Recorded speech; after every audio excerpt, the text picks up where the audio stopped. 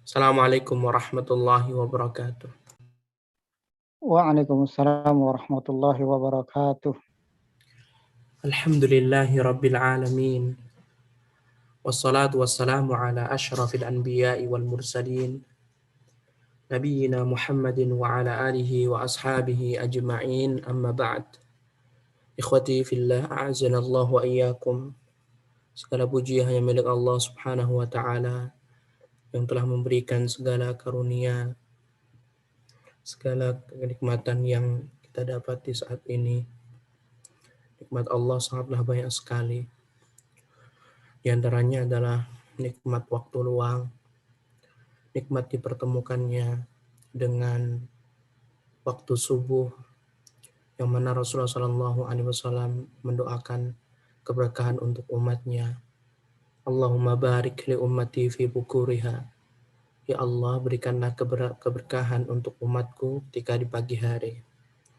Sehingga antum harus berusaha semaksimal mungkin ba'da subuh jangan sampai tidur. Baik puasa, dalam keadaan puasa ataukah tidak. Sehingga ikhwati fillah zanallahu wa iyyakum, kalau mau tidur nanti dijeda dulu. Tapi kalau seandainya betul-betul tidak bisa ditahan, maka tidak masalah tidur. Niatkan untuk beribadah. Agar selesai tidur bisa kuat lagi, bisa beramal saleh, membaca Al-Quran, salat duha, dan yang lainnya. Ikhwati fillah zanallahu wa iyyakum, bertemu kembali di kajian kitab Khulasatu Ta'zimil Ilmi, ringkasan dari kitab Ta'zim Al-Ilm, pengagungan ilmu. Kitab ringkasan dari tulisan seorang ulama, Syekh Saleh bin Abdullah bin Hamad Al-Utsaimin, hafizahullah ta'ala. Beliau termasuk ulama yang tersohor di Arab Saudi, termasuk anggota Hay'ah Kibar Al-Ulama. Semoga Allah memberikan keberkahan pada beliau dan menjaga beliau. Buku ini ikhwati fillah zanallahu wa iyyakum, beliau sengaja ringkas dari kitab Ta'zimul Ilmi, bertujuan untuk dihafalkan dan diingat. Mengingat kitab aslinya lumayan panjang, maka kiranya beliau menulis sebuah buku ringkasan yang meringkas dari kitab beliau sebelumnya, Ta'zim Al-Ilm. Dan ikhwati fillah zanallahu wa iyyakum, alhamdulillah, Syekh mengingatkan kita bahwasannya ketika kita mengagungkan ilmu, maka ilmu akan mengagungkan kita. Dan sebaliknya, ketika kita tidak mau mengagungkan ilmu, maka ilmu tidak akan mengangkat derajat kita. Sehingga ilmu ini agung. Jadi kita harus mengangkat derajat ilmu. Tidak boleh kita merendahkan ilmu. Tidak boleh kita menyombongkan di atas ilmu. Kalau kita menyombongkan di atas ilmu, maka ilmu tidak akan mengangkat derajat kita. Ketika kita hadir di majelis ilmu, maka kita harus merundukkan pandangan kita, merundukkan akal kita, tunduk patuh terhadap apa yang disampaikan pada seorang guru. Guru yang mengikuti akidah Rasulullah dan para sahabat. Guru yang termasuk ahlus sunnah wal jamaah. Kemudian ikhwati fillah zanallahu wa iyyakum, di antara tangga menuju pengagungan ilmu, penulis sebutkan 20 tangga atau 20 prinsip. Jika antum berusaha mengamalkan 20-nya, maka antum akan semakin bisa mengagungkan ilmu. Sekadar antum mengagungkan 20, maka ilmu akan antum. Tapi kalau antum hanya bisa mengagungkan satu saja, yang lainnya tidak diagungkan, maka antum tidak akan mendapatkan ilmu. Kecuali ya sekadarnya saja. Hingga dari sini khawatibillah zanallahu wa iyyakum, teringat perkataan Yahya bin Abi Katsir rahimahullah, al-ilmu in a'taitahu kullak yu'tika ba'dah. Ilmu, Kalau seandainya kamu memberikan seluruh semangatmu, ilmu tidak akan memberikan seluruhnya. Ilmu akan memberikan sedikitnya saja. Sedikit saja yang antum akan dapatkan dari ilmu. Nah, dan penulis menyebutkan pada pertemuan sebelumnya, al-ma'qidul awal, prinsip yang pertama, tangga pertama yang harus diperhatikan adalah membersihkan bejana kita. Membersihkan bejana kita. Hati harus dibersihkan. Ketika antum ingin menggoreng ikan, menggoreng ayam, menggoreng apapun itu, tentunya antum harus membersihkan terlebih dahulu. Membersihkan tempatnya, wajannya. Ketika antum selesai membangun rumah dan ingin mengisi perabotan, antum harus membersihkan terlebih dahulu. Sehingga para ulama mengatakan at-tahliyatu qabla at-takhliyah. At-takhliyah qabla at-tahliyah. Yang pertama takhliyah, pengkosongan, qabla at-tahliyah, sebelum dihiasi. Dibersihkan dulu debu-debunya baru habis itu dihiasi. Sama, sebelum ilmu masuk ke dalam diri kita, sebelum kita belajar ilmu, sebelum kita datang ke majelis ilmu, bersihkan dulu hati kita dari penyakit syubhat dan syahwat. Hilangkan syubhat yang melekat pada diri antum. Syubhat kelompok fulani, syubhat pemikiran ini dan itu, syubhat organisasi ini dan itu. Hilangkan semuanya. Hilangkan semua. Kosongkan terlebih dahulu. Penyakit syahwat dikosongkan terlebih dahulu. Keinginan antum ingin nonton film, kosongkan terlebih dahulu. Keinginan antum ingin nonton sinetron, kosongkan terlebih dahulu. Ya, kosongkan semuanya, baru antum datangi majelis ilmu. Al-ilmu jauharun latifun la yasluhu illa lil qalbin nadhif. Sebagaimana perkataan penulis. Dan setiap kita wajib betul-betul memperhatikan hatinya. Karena Allah SWT melihat hati kita. Innallaha la yanzuru ila suwarikum wa amwalikum, walakin yanzuru ila qulubikum wa a'malikum. Sesungguhnya Allah SWT tidak melihat kepada fisik kamu, wajah kamu. Dan Allah juga tidak akan melihat harta kamu.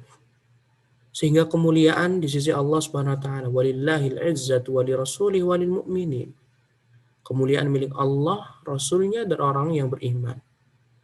Kalau antum memiliki wajah pas-pasan, Allah angkat derajat antum dengan ilmu. Allah angkat derajat antum dengan amalan perbuatan antum. Allah angkat derajat antum dengan kebersihan hati antum. Tapi kalau seandainya antum memiliki wajah yang tampan, tetapi antum tidak beribadah, tidak menuntut ilmu, tidak membersihkan hati antum, thayyib. Untuk pertama kali good looking bagus. Akan ini sama masyarakat. Tapi ketampanan itu akan sirna dengan seiringnya waktu berjalan. Dengan berjalannya seiringnya waktu. Orang-orang akan melupakanmu.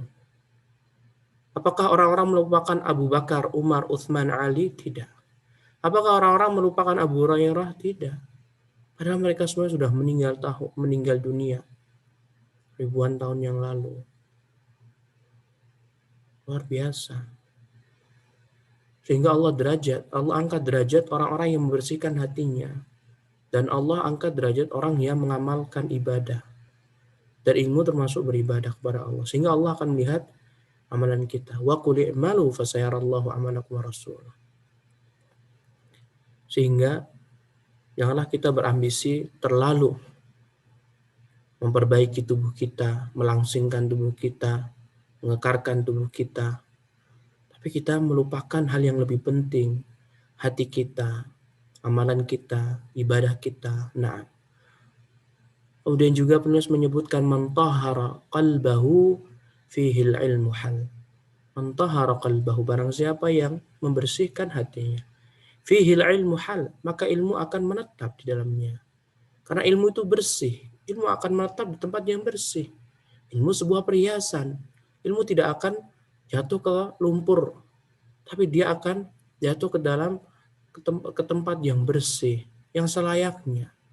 Wa man lam yarfa' minhu najasatahu wada'ahu al-ilmu wartahal. Dan barang siapa yang tidak mau mengangkat kekotoran dalam dirinya dalam ilmu tersebut, wada'ahul ilmu akan berpamitan dengan antum, wartahal, dan pergi. Selamat tinggal. Selamat tinggal wahai manusia. Selamat tinggal wahai akhi. Lantaran kamu tidak mau mengagungkan aku akan pergi darimu. Sehingga penting sekali. Lihatlah perkataan Sahal bin Abdullah Tustari. Haramun ala qalbin an yadkhulahu nur wa fihi syai'un mimma yakrahullah. Ilmu tidak akan pernah masuki setiap hati manusia selama di dalamnya terdapat sesuatu yang Allah benci.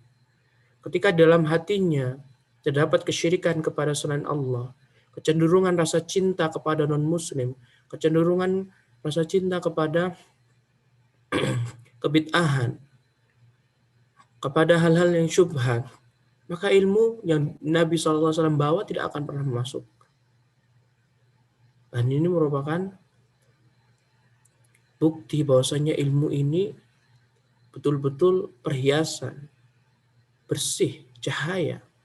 Gak akan pernah ilmu itu akan bersatu dengan kemaksiatan dengan Allah SWT. Kalaupun ada, maka sedikit sekali. Kemudian kita juga telah menjelaskan pada prinsip yang kedua, tangga kedua menuju pengagungan ilmu, yaitu dengan mengikhlaskan niat dalam menuntut ilmu. Ketika kita mengetahui menuntut ilmu merupakan ibadah, dan ibadah ini syaratnya harus dua, ikhlas dan mutaba'ah, mengikuti sunnah Rasul. Mengikhlaskan memiliki peranan yang sangat penting. Allah Subhanahu wa taala mengangkat derajat ilmu dan para ulama. Yarfa'illahu allazina amanu minkum wallazina utul ilma darajat. Fas'alu ahla dzikri in kuntum la ta'lamun. Syahidallahu annahu la ilaha illahu wal malaikatu wa ulul ilmi qa'iman bil qist. Innama yakhshallaha min ibadihil ulama. Bal hiya ayatun bayyinatun fi suduril ladzina utul ilm. Dan masih banyak lagi. Qul hal yastawil ladzina ya'lamuna wal ladzina la ya'lamun. Dan Allah juga mengangkat derajat ilmu. Wa qur rabbi zidni ilma. Sehingga ilmu itu merupakan ibadah. Harus ikhlas untuk Allah SWT. Tidak boleh dicampuri riya. Tidak boleh dicampuri sum'ah. Tidak boleh kita menuntut ilmu untuk dipuji orang terdekat kita, orang tercinta kita. Tidak boleh kita menuntut ilmu untuk dipuji, disanjung. Hilangkan itu semuanya. Karena ilmu mulia. Ketika antum mencampuri talabul ilmi dengan kesyirikan tadi, niat yang rusak, maka ilmu akan turun derajatnya menjadi hal yang buruk. Dan Allah Subhanahu wa taala memerintahkan kepada kita untuk selalu ikhlas dalam seluruh amal ibadah. Dan ini banyak di Al-Qur'an dan hadis juga banyak antum mengetahuinya. Di antara yang masyhur disebutkan penulis wa ma umiru illa liya'budullaha mukhlishina lahuddin. Dan juga innamal a'malu binniyat wa innamal likulli imri'in ma nawa. Di samping ikhlas kita harus jujur dalam menuntut ilmu. Allah Subhanahu wa taala memerintahkan kita ya ayyuhalladzina amanu ittaqullaha wa kunu ma'as shadiqin. Dan Rasulullah SAW juga bersabda, in tasduqillaha yasdukka. Kalau kamu jujur kepada Allah, Allah akan jujur kepadamu. Karena tadi Allah Subhanahu wa taala melihat hati kita. Harus jujur, ikhlas dan jujur. Kalau antum betul-betul ingin mendatangi majelis ilmu untuk menuntut ilmu, untuk menjaga syariat Islam, untuk mengangkat kebodohan dari antum, harus jujur. Sampai di sana tidak boleh antum ada niatan untuk mencari jodoh. Tidak boleh antum dalam niatan untuk mendekatkan diri kepada ustadznya, biar dikenal sama ustadznya, atau bisa mendapatkan hubungan kekerabatan dengan ustadznya. Tidak boleh seperti itu nggak ikhlas. Abu Bakar Al-Marruzi, muridnya Imam Ahmad, beliau pernah mengatakan, sami'tu rajulan yaqulu li Abi Abdillah. Aku pernah mendengar seseorang, dia berkata kepada Abu Abdillah, Imam Ahmad, kunyah beliau, Ahmad bin Abdillah bin Hanbal. Tapi Imam Ahmad lebih terkenal nisbat kepada kakeknya, Ahmad bin Hanbal. Hanbal ini bukan ayahnya, tapi kakeknya.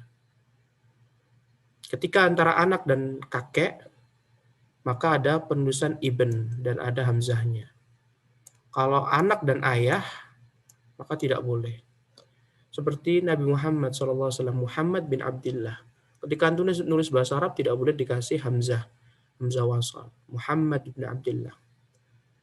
Nah, tapi kalau misalkan antum sambungkan Muhammad bin Ibrahim, Ibrahim kan kakek Nabi, boleh.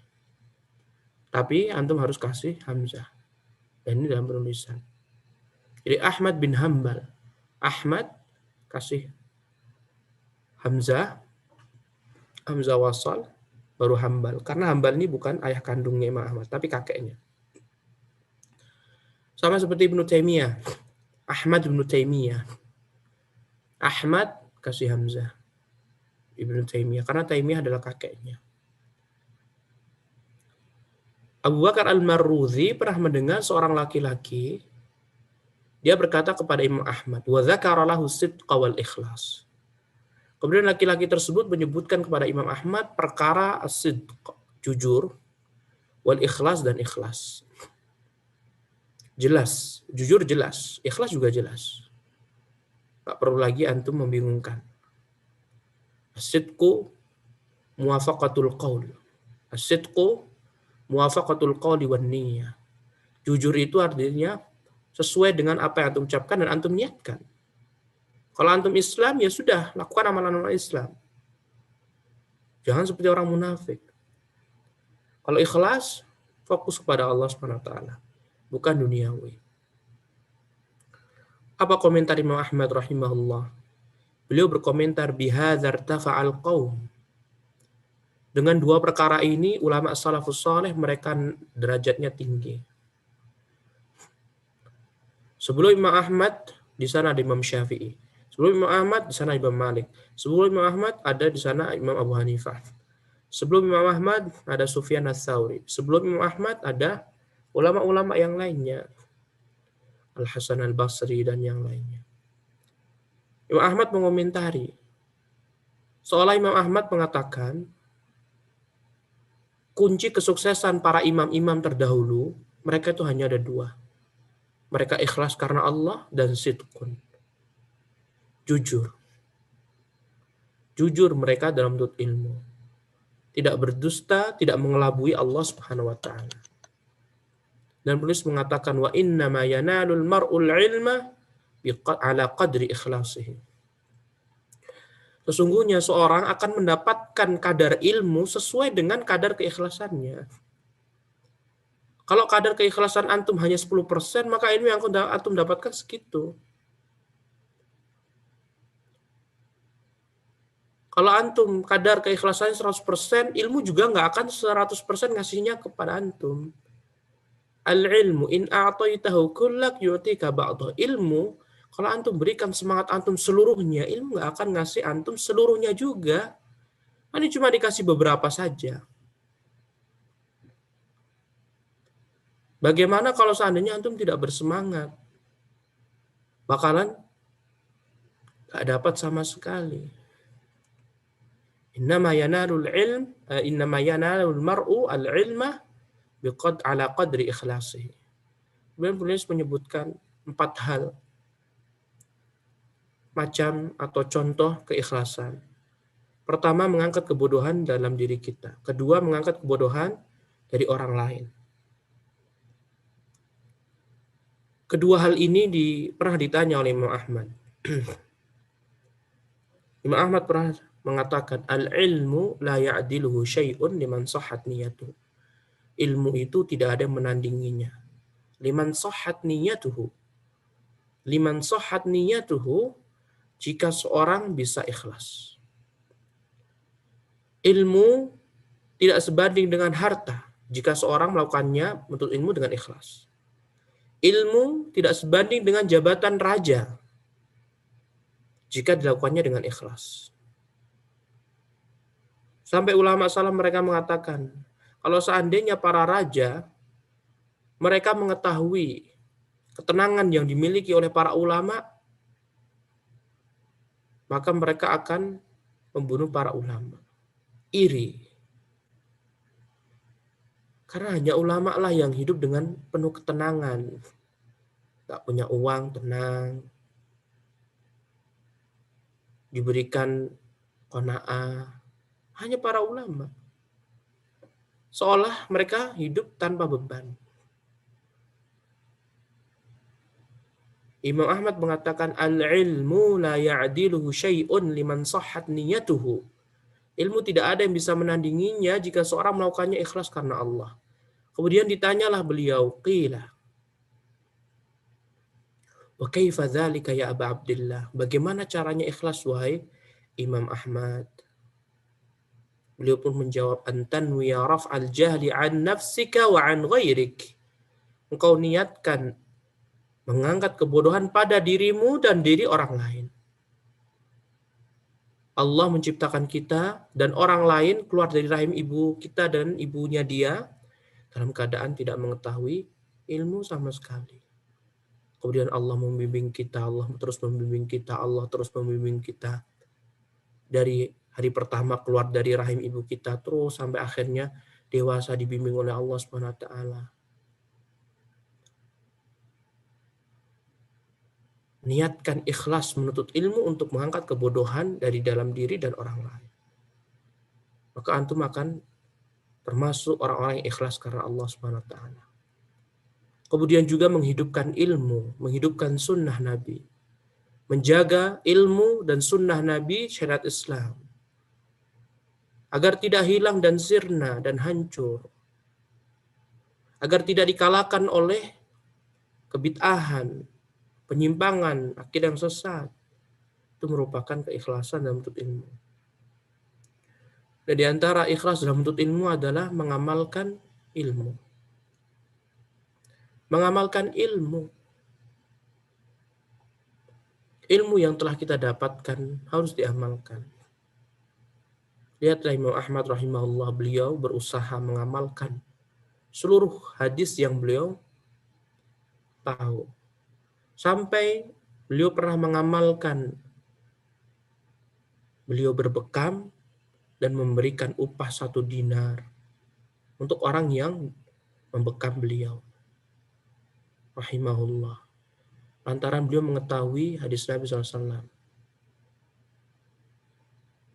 Kata ulama salaf, kunna nasta'inu bihifdzil hadis bil amali bihi.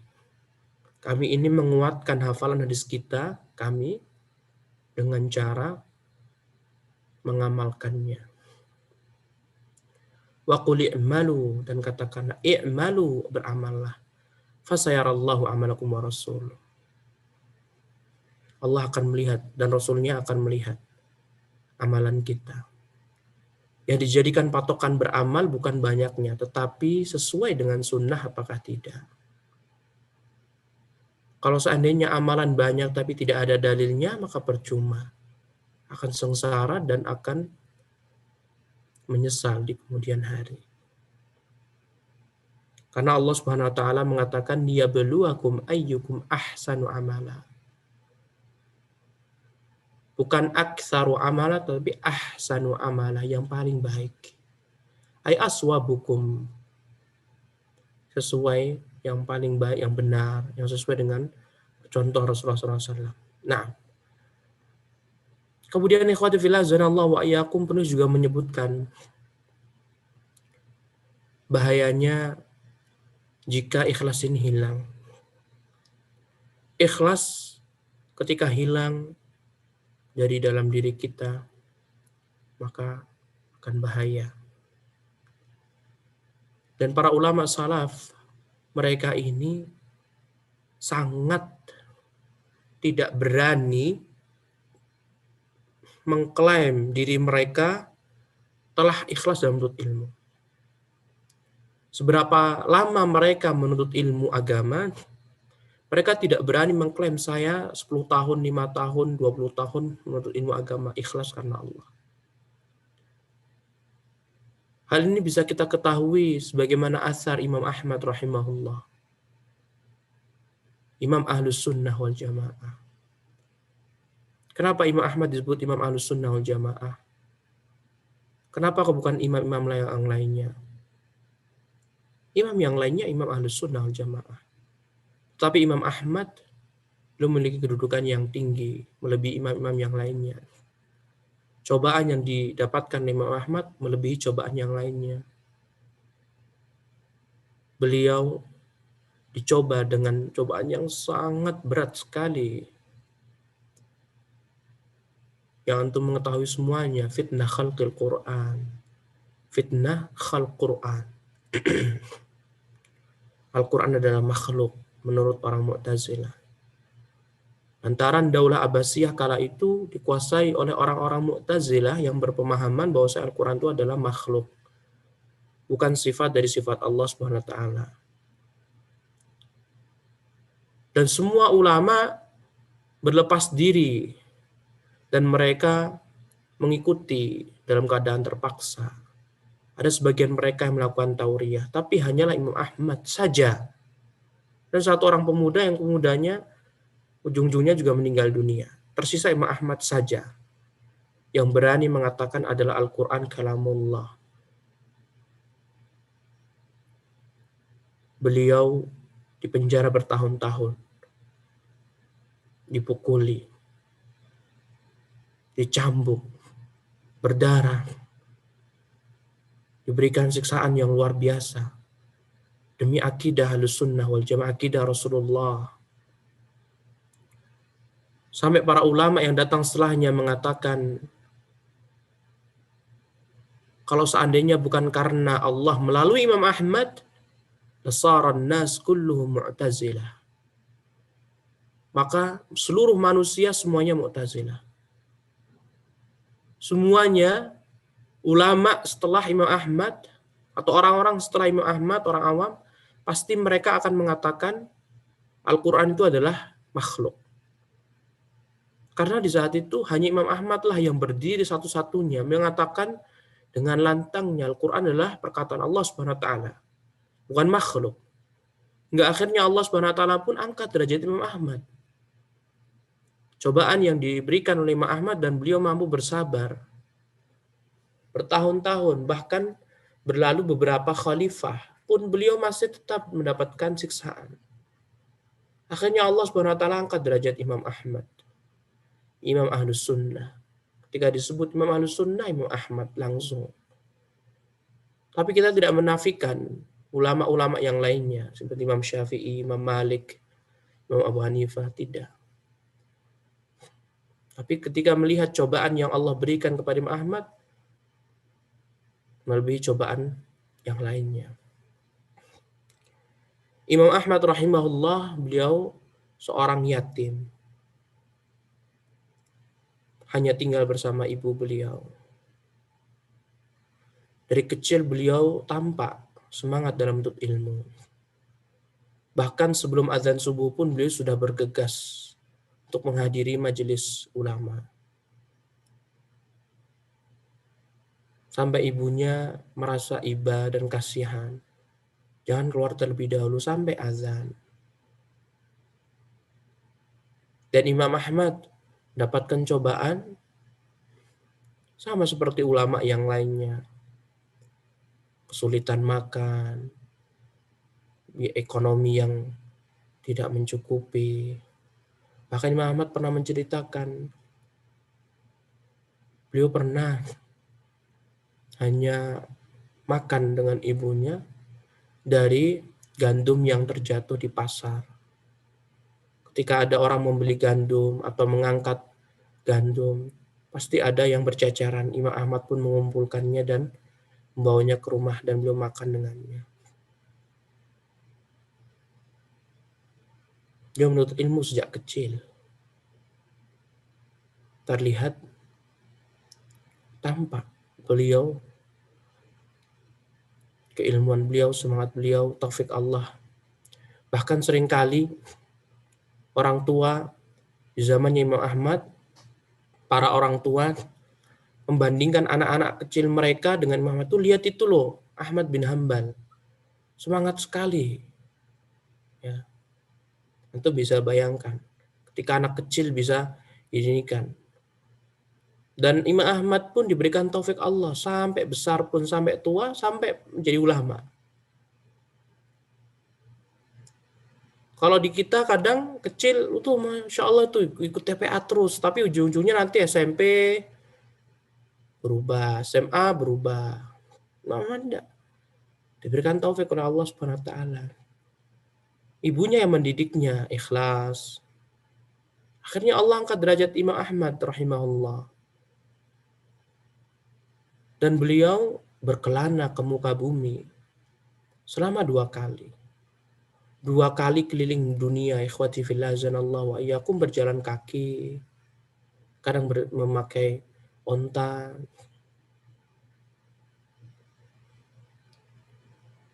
Barulah beliau duduk memberikan pengajaran ilmu di umur 40 tahun. Sebelumnya beliau sibuk dengan menuntut ilmu. Imam Ahmad meninggalkan orang tuanya, meninggalkan ibunya, meninggalkan teman-temannya untuk demi menuntut ilmu agama. Bertahun-tahun lamanya. Hingga akhirnya beliau kembali ke daerahnya dan Allah mengangkat derajat beliau. Terkenallah Imam Ahmad dan seluruh orang pun mengambil ilmu dari beliau. Sampai Khurasan, area daerah Iran, datang ke Baghdad, tempatnya Imam Ahmad. Ingin mengambil hadis dari beliau.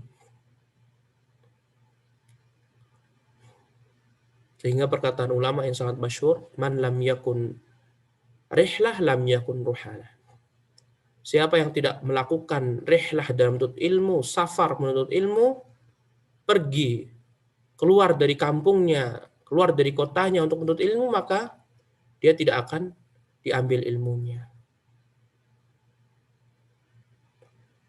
Ulama salaf mengatakan hal demikian. Kalau antum ingin mendapatkan jamaah yang banyak, antum harus rihlah dulu. Tinggalkan orang tua antum, tinggalkan keluarga antum, kerabat antum. Jauh. Imam Ahmad jauh. Dari Baghdad ke Yaman, dari Baghdad ke Mekah, ke Madinah, ke Syam. Dan Imam Ahmad kala itu tidak ada mobil, belum ada pesawat, kereta. Luar biasa. Perjalanan Imam Ahmad bin Hanbal. Sampai beliau pernah kelaparan dalam menuntut ilmu. Tidak mendapatkan pakaian sama sekali.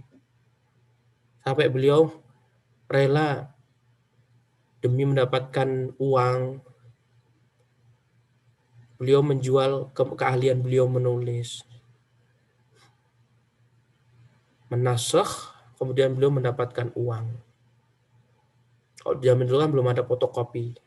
Jadi harus ada orang yang mau menyalinnya, nanti diberikan uang. Imam Ahmad juga pernah tidur dalam menuntut ilmu di luar masjid. Pernah juga diusir. Perjuangan Imam Ahmad bin Hanbal dalam menuntut ilmu. Allah angkat derajat beliau. Hal talabtal ilma lillah? Apakah engkau menuntut ilmu karena Allah, wahai Imam? Apa jawaban Imam Ahmad? Lillahi aziz. Walakinnahu syai'un hubbiba ilayya fatalabtuh. Sangat berat aku mengatakan aku menuntut ilmu untuk Allah Subhanahu wa taala. Akan tetapi ilmu merupakan sesuatu yang Allah membuatku cinta kepadanya sehingga aku pun menuntut ilmu. Perkataan beliau yang sangat terkenal. Menuntut ilmu dari buayan bayi sampai meninggal dunia. Minal mahdi ilal lahdi. Selalu membawa pena dan catatan. Imam Ahmad rahimahullah. Imam yang beliau ini tidak mengharapkan ketenaran. Bahkan beliau ketika di majelisnya dihadiri 5.000 orang. 500 orang mengambil ilmu, sisanya mengambil adab dan akhlak beliau.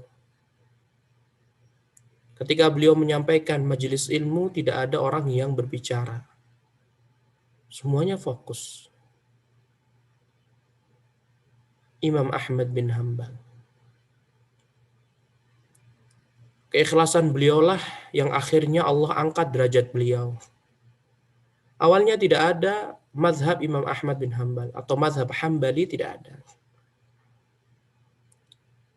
Yang ada hanyalah mazhab Abu Hanifah, mazhab Imam Malik, dan mazhab Imam Syafi'i. Nggak ada Imam Ahmad.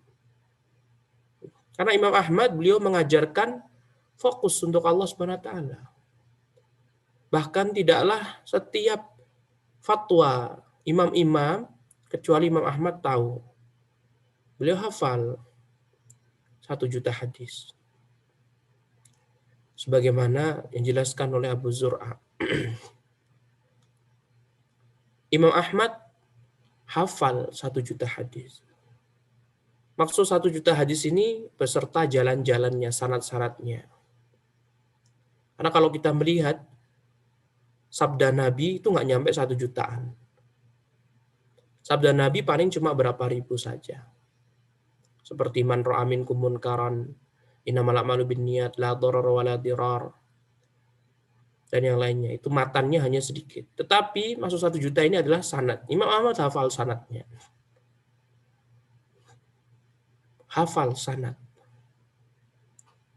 Bahkan Imam Syafi'i rahimahullah kerap kali bertanya kepada Imam Ahmad, berikanlah kepadaku, ajarkan kepadaku ilmu hadis.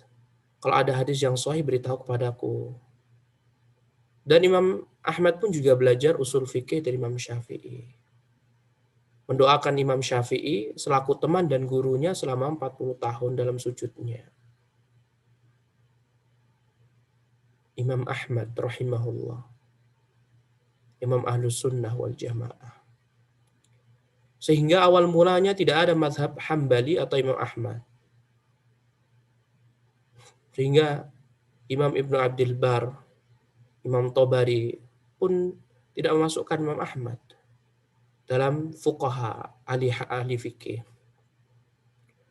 Sampai Allah Subhanahu wa taala berkehendak lain. Allah mengangkat derajat Imam Ahmad. Di saat semuanya mazhab fikih-fikih yang lainnya Allah angkat, bahkan bisa sampai kenegaraan, kerajaan seperti mazhab Abu Hanifah dijadikan pegangan dan patokan kerajaan Abbasiyah dan kerajaan Utsmaniyah.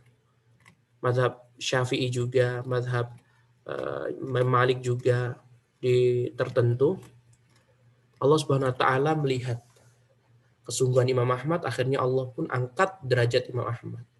Sehingga muncullah beberapa orang yang tersohor hingga akhirnya mereka pun berkhidmah terhadap ilmu Imam Ahmad dan lahirlah mazhab Hambali. Dan Allah saat ini angkat derajat Imam Ahmad melalui pertama kali Syekh Muhammad bin Abdul Wahab, pendiri kerajaan Arab Saudi. Dari situlah Imam Ahmad, mazhab Hambali, digunakan untuk sebagai mazhab rujukan pertama.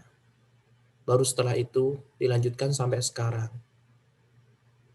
Alhamdulillahilladzi bi ni'matihi tatimmus shalihat. Di saat setelahnya Imam Ahmad tidak dikenal sebagai ahli fikih dan ilmu fikih beliau diragukan, tapi Allah Subhanahu wa taala membangkitkan dan berkehendak lain berkat keikhlasan Imam Ahmad. Dan sebenarnya mazhab fikih ini banyak sekali, ikhwati fillah azanallahu wa iyyakum. Tidak hanya Imam Ahmad, Imam Syafi'i, Imam Abu Hanifah, dan imam-imam yang lainnya, tidak. Banyak ahli fikih. Tapi Allah Subhanahu wa taala hanya mengizinkan 4 saja, atau mungkin 5 bisa dikatakan, sama mazhab Zahiri. Imam Ahmad pernah ditanya, hal talabtal ilma lillah? Faqal lillahi aziz. Apakah engkau pernah menuntut ilmu ikhlas karena Allah? Jawaban Imam Ahmad, lillahi aziz. Lillahi aziz. Itu sangat berat sekali aku bisa mengatakan seperti itu. Walakinnahu syai'un hubbiba ilayya fatalabtuhu. Akan tetapi ilmu merupakan hal yang Allah tetapkan di dalam hatiku sehingga aku mencintainya dan aku pun menuntut ilmu.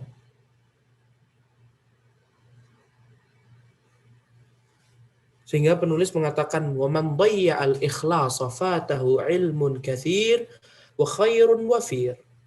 Barang siapa yang menyia-nyiakan keikhlasan atau barang siapa yang tidak ikhlas dalam menuntut ilmu, fatahu ilmun katsir, maka dia akan kehilangan ilmu yang sangat banyak.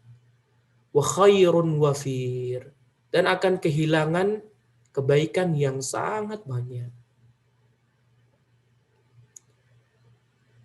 Sehingga ikhlas ini menentukan keberhasilan kita dalam menuntut ilmu. Lihatlah Allah Subhanahu wa taala di Al-Qur'an memerintahkan untuk ikhlas dalam segala ibadah.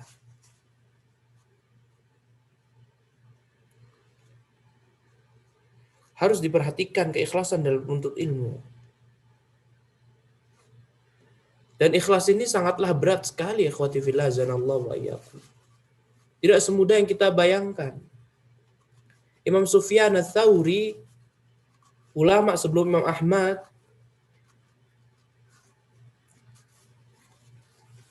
yang memiliki hafalan yang luar biasa, yang menuntut ilmu dengan penuh kesungguhan, yang selalu memurojaah ilmu yang beliau miliki sampai meninggal dunia. Karena suatu saat beliau meninggal dunia dan orang-orang ingin memandikan jenazah beliau, Imam Sufyan Ats-Tsauri. Imam Sufyan bin Sa'id Ats-Tsauri. Kemudian mereka ingin membuka nitaq, seperti sabuk seperti itu yang mengikat pakaian mereka. Setelah mereka membukanya, melepaskannya, mereka mendapati ada beberapa lembar kertas yang di situ disebutkan terdapat tarful hadis atau atraful hadis, ujung-ujung hadis yang beliau gunakan untuk murojaah. Jadi hadis-hadis Nabi kan kadang-kadang ada yang panjang. Seperti innamal a'malu binniyat wa innamal likulli imri'in ma nawa faman kanat hijratuhu ila Allah wa rasulih fahijratuhu ila Allah wa rasulih. Wa man kanat hijratuhu lidunya yusibuha wa imra'atin yankihuha fahijratuhu ila ma hajara ilaih. Beliau hanya tulis innamal a'malu binniyat titik-titik-titik 3. Tujuannya untuk murojaah. Jadi ketika beliau senggang, beliau buka. Diulangin lagi terus kayak gitu. Dan banyak sekali hadis-hadis Nabi beliau gunakan seperti itu. Luar biasa. Dan Sufyan ada 2 ya ikhwah. Ada Imam Sufyan Ats-Tsauri, ada Imam Sufyan bin Uyainah. Imam Sufyan Ats-Tsauri meninggal terlebih dahulu sebelum Imam Ahmad. Imam Ahmad gak ketemu sama Sufyan Ats-Tsauri. Kemudian yang kedua ada Imam Sufyan bin Uyainah yang tinggalnya di kota Mekah. Kalau Imam Sufyan Ats-Tsauri di Syam. Itu berkelana. Kalau Imam Sufyan bin Uyainah beliau tinggal di Mekah. Dan Imam Ahmad sempat berguru dengan beliau. Sufyan bin Uyainah umurnya panjang. Sufyan Ats-Tsauri terlebih dahulu meninggal. Jangan sampai salah, Sufyan bin Sa'id Ats-Tsauri. Yang kedua Sufyan bin Uyainah. Kedua-duanya ulama.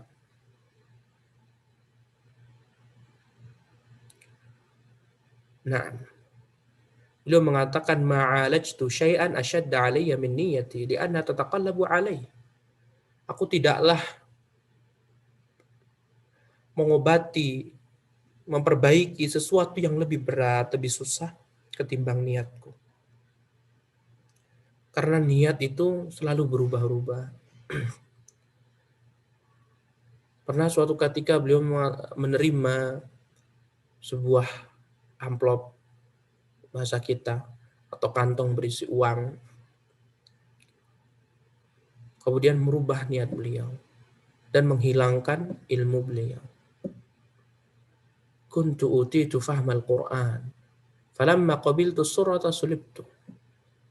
Sebelumnya aku diberikan ilmu oleh Allah, pemahaman Al-Qur'an. Ketika aku berniat untuk menerima, mencari uang, sulibtuhu. Tiba-tiba langsung hilang ilmu tadi. Sehingga memang niat itu sangat berat sekali. Ikhlas tempatnya dalam hati.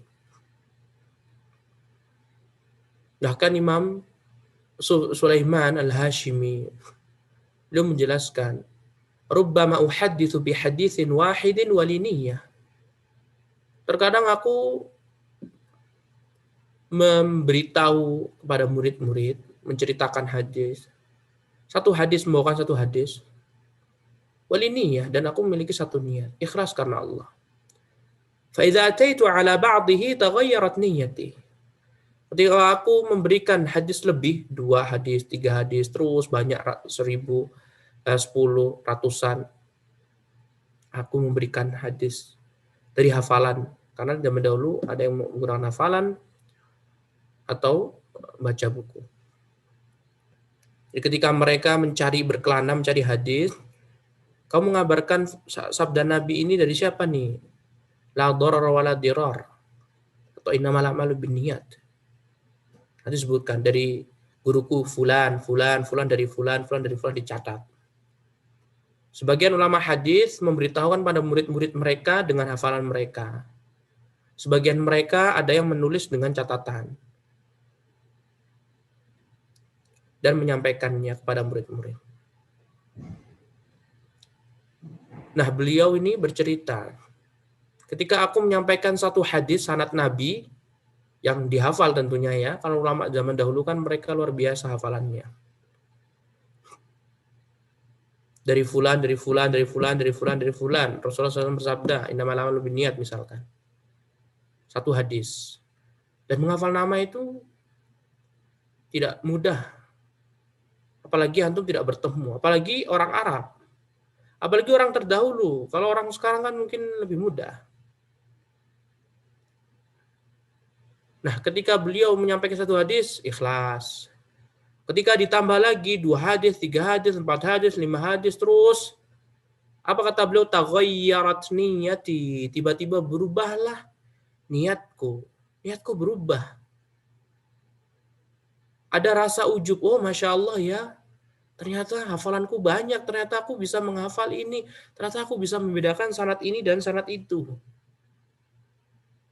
Kata beliau, فَإِذَا الْحَدِيثُ الْوَاحِدُ يَحْتَاجُ إِلَى نِيَّاتٍ.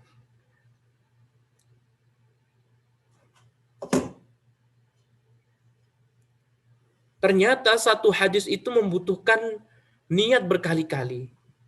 Maksudnya adalah tajdid. Terus. Memperbarui niat, memperbarui niat, memperbarui niat. Nah, harus memperbarui niat dalam menyampaikan ilmu, dalam berdakwah. Nah, ikhwati fillah azanallahu wa iyyakum, itu murajaah prinsip pertama dan kedua. Mau dilanjut apa? Sudah, akhi? Sudah aja ya. Ini lumayan panjang. Akhi Ahmad Zaki. Ya, Ustaz. Mana, Ustaz? Pertemuan berikutnya ya. Karena sudah 1 jam. Tafadhal, masih tuh, Ustaz. Baik. Antum juga biar istirahat.